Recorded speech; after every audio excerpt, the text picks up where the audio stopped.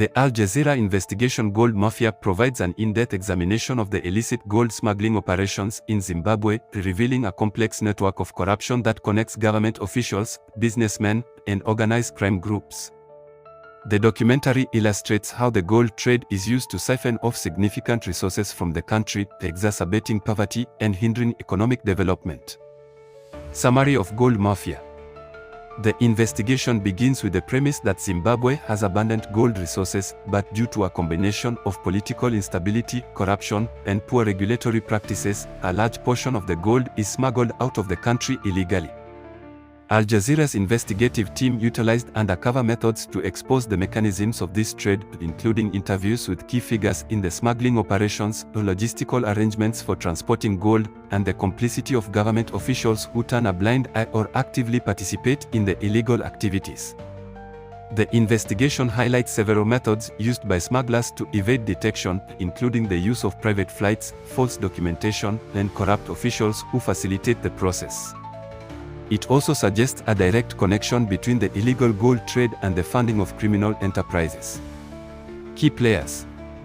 Justice Mayor Wade Jena, a sitting member of parliament. Wade Jena is implicated due to his links to gold smuggling activities and alleged connections with powerful business figures plundering the country's resources. Walter Chidokwa, former Minister of Mines. Chidokwa's tenure is marked by claims of enabling illegal practices within the industry, including gold smuggling.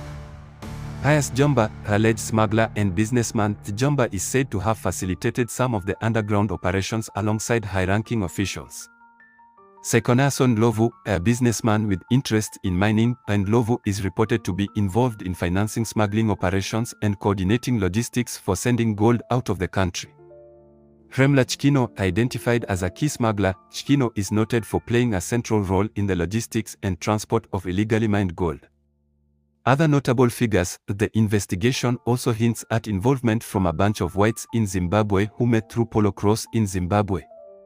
These criminal white cartel members such as Peter Bowen, his son B.J. Bowen, Dale Scott, as well as the criminal Howard Becker should be brought to trial over their involvement of criminality.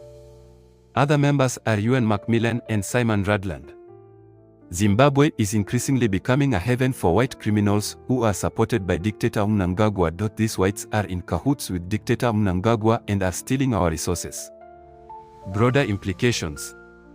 The investigation sheds light on the broader implications of such corrupt practices on Zimbabwe's economy, including the loss of potential tax revenues and the fueling of a black market that undermines legal business practices. The smuggling not only inflates wealth inequality but also hampers national development by depriving the government of the resources needed to improve infrastructure and services.